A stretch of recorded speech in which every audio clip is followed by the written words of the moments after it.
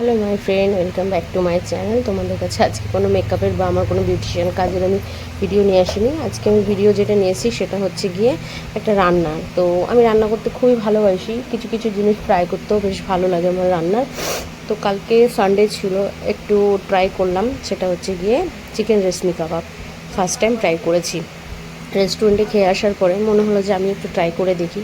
তো ফার্স্ট 1 কেজির কাছাকাছি চিকেন নিয়ে নিয়েছিলাম, পুরো সলিড। তার মধ্যে অ্যাড করেছি লেবুর রস, সেটা তোমরা দেখতেই পাচ্ছ।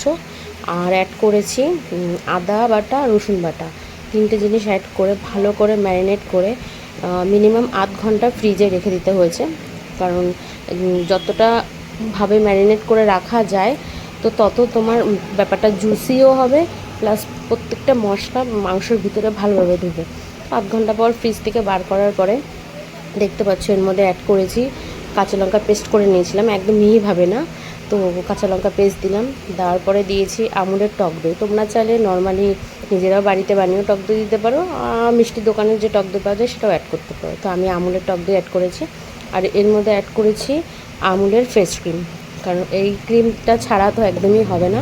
তো ফ্রেশ ক্রিম দিলাম। দেওয়ার পরে এর মধ্যে অ্যাড করেছিলাম গোলমরিচের গুঁড়ো আর পরিমাণ মতো নুন। নুনটা তোমরা তোমাদের মতন করে বুঝে দিও। পরিমাণ মতো নুন দেওয়ার পরে এটাকে ভালো করে ম্যারিনেট করা হয়। তো করার পরে মোটামুটি 2 থেকে আড়াই ঘন্টা ফ্রিজে রেখে দিয়েছিলাম। তো তার মধ্যে আর একটা জিনিস যেটা অ্যাড করেছিলাম সেটা হচ্ছে গিয়ে কুচানো ধনেপাতা। এটাকে পেস্ট করে দেবে না, কারণ পেস্ট করে দিলে পরে চিকেনটা পুরো গ্রিন হয়ে যাবে, দেখতে ভালো লাগবে না।